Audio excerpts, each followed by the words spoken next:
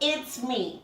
I'm here to give you a brief tutorial on registering to vote because, as you know, we're getting very close to the deadline for voters registration. Come on, check me out.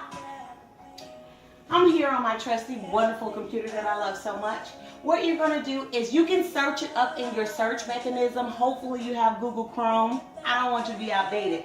You can type in Georgia Online Voter Registration.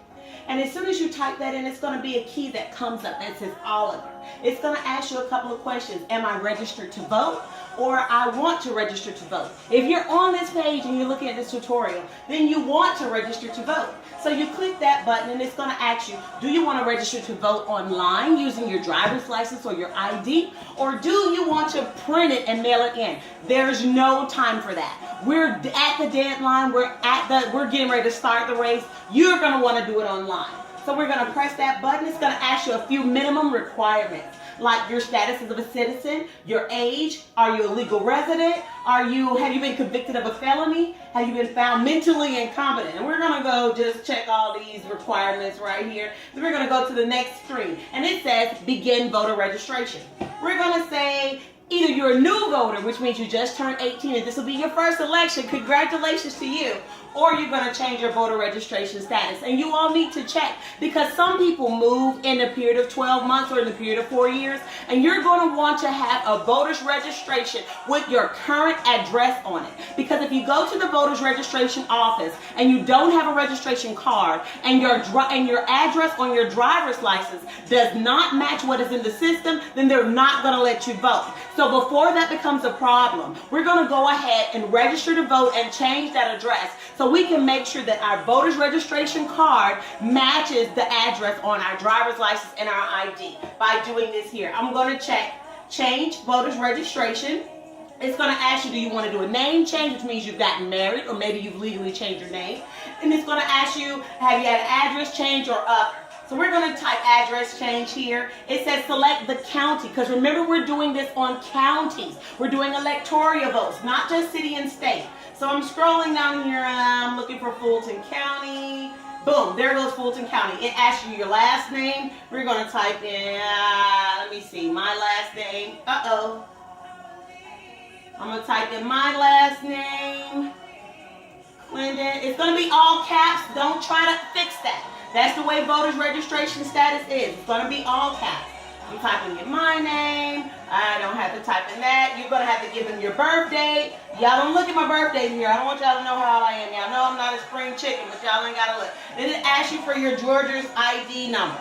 That is the number that's on your driver's license, or that is the number that you're using on your ID card. Click next. As we can see here, there's only 5 steps to doing this. So it also then asks you, are you going to consent to electronic signature? Of course we are going to do that. We're going to click next here. It's going to go here and ask you your street number. Don't get tricked up here because right here we're so used to putting in our street number and the street name. It says only street number. I'm going to type in my street number here, and then I'm going to come over here where it says street name, and I'm going to look up my street name. If you're doing this from your smartphone or your Android or your Apple phone, this is where it gets a little frustrating because you have to go down a list. But if you go to any of your community service offices, they'll be able to have the computerized template to let you go there much quicker. So I'm going to stroll down here to the bottom where I live at, and you're going to look for your street address as well, because remember this is based on precinct, which means your precinct needs to know your street address. Let's see.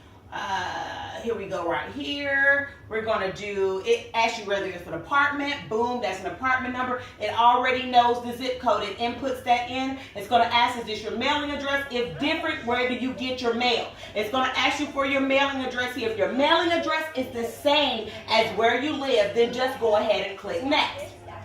After you click next, it's going to ask you male or female.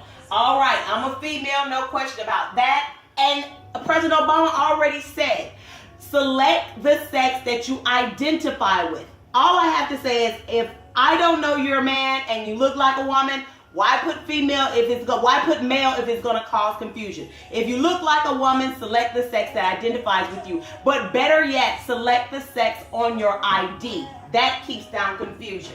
I'm female. It says, may we contact you about working at an election day poll office. I've actually had the pleasure and privilege of doing that before, so I would select yes. I'm going to put my social security number here. I don't want you all to see that. It asks me for my email address as well. Type in my email address. Boom, it starts filling in stuff because I have cookies on mine. And let me take this off. And then it says go next. Previous address 22. Hope you can't see that. I know some of you all still, I love you all anyway. Y'all steal identities, checkbooks, credit cards. But I love you anyway, darling. Trust me, I do. Nothing you can do about it. But we're going to cover that up just to keep you from being tempted. We got that. We have none of that. We have the city. Okay, what city is that? What city do I live in? Do you all remember? I've said it many times where I'm from. And we're going to put in the zip code here. Okay. And then, again, it's going to ask you for the county. We're going to slide down here to Fulton. Where is that? We're going to put in the state. And we're going to go next.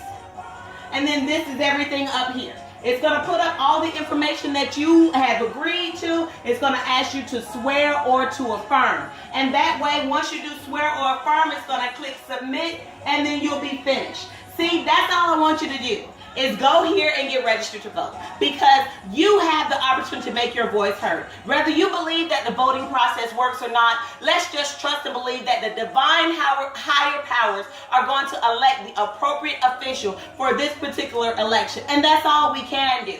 Get registered to vote if you're not registered to vote. If you've moved, changed addresses to last election, you need to go and check your registration status. Make sure your voter's registration card matches the same address on your ID, or you will not be allowed to vote.